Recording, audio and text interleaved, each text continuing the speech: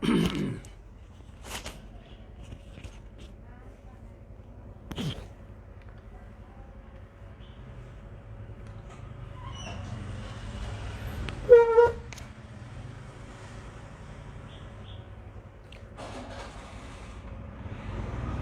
สงขลา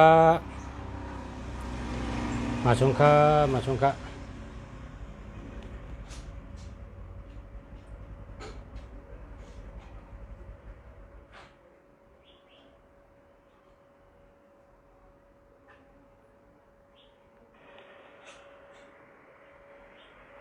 มาสงขลามาสงขลามาสงขลา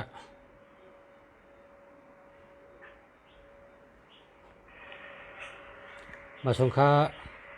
มาสงขลาเย็นอะไรเนี่ยมาสงขลามาค่ะเสียงมา มีพี่น้องคลายกัทาร้อนโหเจอเป็นอากาศสามกองนะครับมีพี่น้องคลายกัทาโหเจอเป็นอากาศสามกองเขาอยู่ไกลครับเขาอยู่ในเมืองใต้เขาคลายปั๊บนะครับเป็นปั๊บนะครับโหเจอเป็นอากาศสามกองนะครับโหเจอเป็นอากาศสามกอง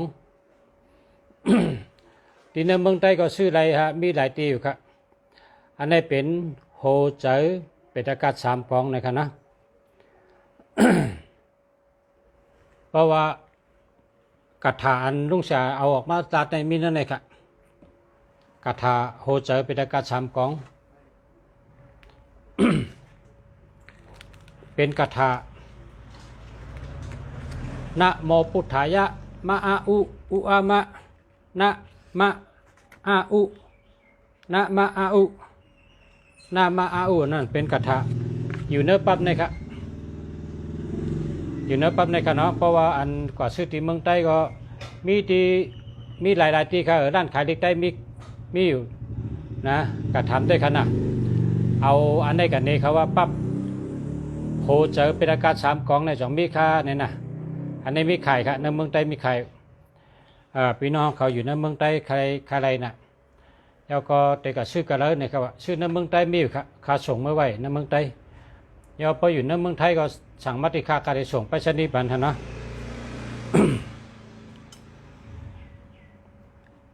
เพราะว่า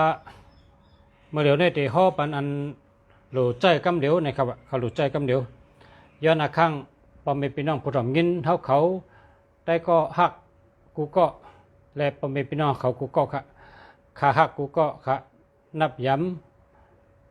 ำนับถือกูก็ค่ะนับย้ำกูก็ค่ะเนาะเมื่อไกลก็ลาดกะก้อยกะขึ้นมีพี่น้องย้อนมาเขาอะไรกะถาหลุดใจกำเดียวแล้วย้อนให้ปั๊บก็จะซื้อครับปั๊บก็จะซื้อก้อยกะห่อปันอินหนึ่งเนี่ยบะห่อปันแต่ให้ห่อมันในกำเดียวครับก็ว่าเขาอยู่เนื้อป้อยเขาขายโคอยู่เนื้อป้อยปีเหมือได้เขาขายกำเดียวกันเนาะเฮิงได้ขายโคกำเดียวเฮิงขายดีกำเดียวนะครับนี่ครับกาถาขายโคดีกาถากล้าขายดีกันเนาะกาถานั่งให้รอดติดๆกันนะนั่งให้รอดติดๆขายโคไตก็ดีขายตั้งกินก็เย้าขายลองขายตั้งขายเบี้ยวเลยก็เขานั่งให้รอดติดๆกันนะว่าจังไหนครับ สาธุสาธุสาธุนะโมตัสสะภะคะวะโตอะระหะโตสัมมาสัมพุทธัสสะนะโมตัสสะภะคะวะโตอะระหะโตสัมมาสัมพุทธัสสะนะโมตัสสะภะคะวะโตอะระหะโตสัมมาสัมพุทธัสสะ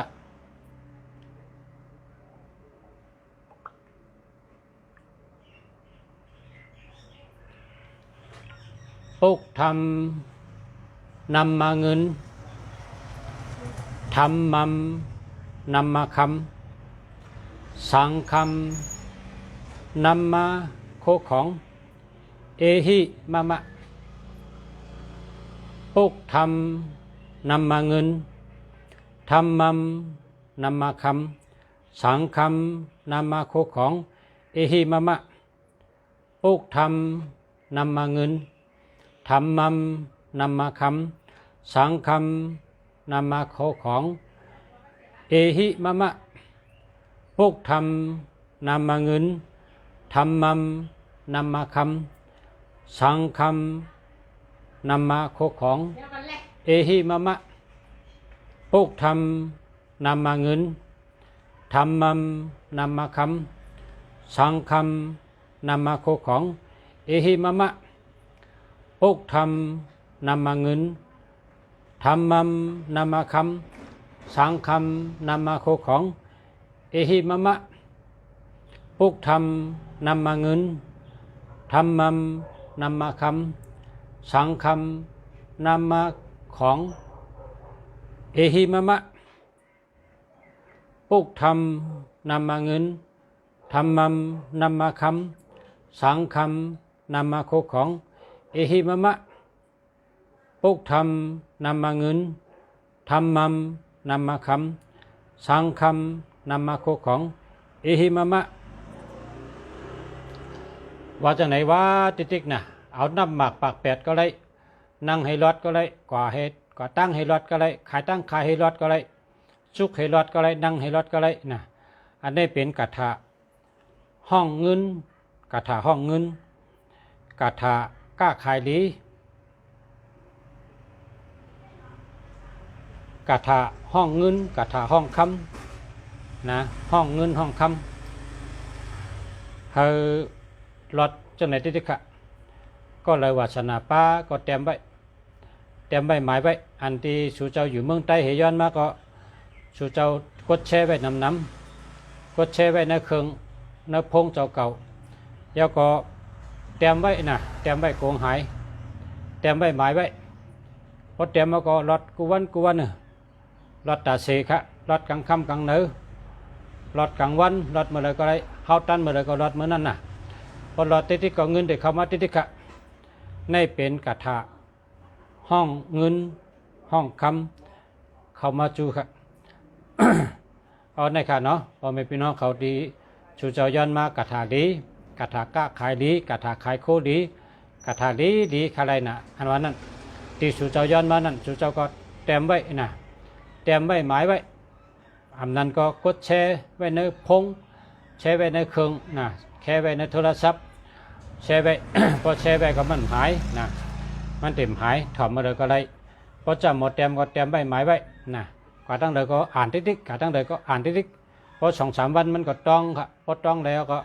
ว่าจับชบตาเสกังน้ำกังเนยกังค่ำว่าตาเสไว้พระเมื่อไรก็ไว้ เอาน้ำหมักก็เลย เอาน้ำหมักปากแปดกันเนาะกันต่อค่ะเอาน้ำหมักปากแปดก็เลยนะเป็นกถาน้ำหมักไรเงินได้คำเป็นกถาลอดก็ไรเงินได้คำเป็นกถาเอาไว้พระก็ไรเงินได้คำเพราะใบพระในใบเก่าเปลี่ยนนะเก่าเปลี่ยนกับในพอเอาน้ำหมักก็น้ำหมักปากแปดนะให้ไร1 เปลี่ยน3 เปลี่ยน5 เปลี่ยน7 เปลี่ยน9 เปลี่ยนให้ไหนนะให้ไร1 น้ำดีครับนะ1 น้ำดีเอาน้ำหมักก็ไรอันนั้นก็รอดให้ไหนก็เลยนะเป็นกถาดีครับกถาห้องเงินกถาห้องคำกถาห้องเงินห้องคำครับครับเพราะไหนก็อันนี้พี่น้องย้อนมาเขาก็ขึ้นออกมาลัดมันอันว่าใครโหเจอปิฎก3 ของอันว่านั้นก็เมื่อไกลลัดกล่าวกันนะเนาะนะมะอาอุนะมะอาอุนะมะอาอุนะมะอาอุนะมะอาอุนะมะอาอุนะมะอาอุนะมะอาอุนะมะอาอุนะมะอาอุว่าจะนั้นที่ขันนะมาชงกะมาชงพ่อแม่พี่น้องเขาผู้ทำยันเขากูเจ้าย้อนเถอะกูเจ้าอะไรอยู่ดีกินวันให้การขึ้นอย่ามาชงขึ้นอย่าเฮืองให้อยู่ดีมีเงินให้ห่างดีกึกปืนกูเจ้าใช้กำขามาชงกะ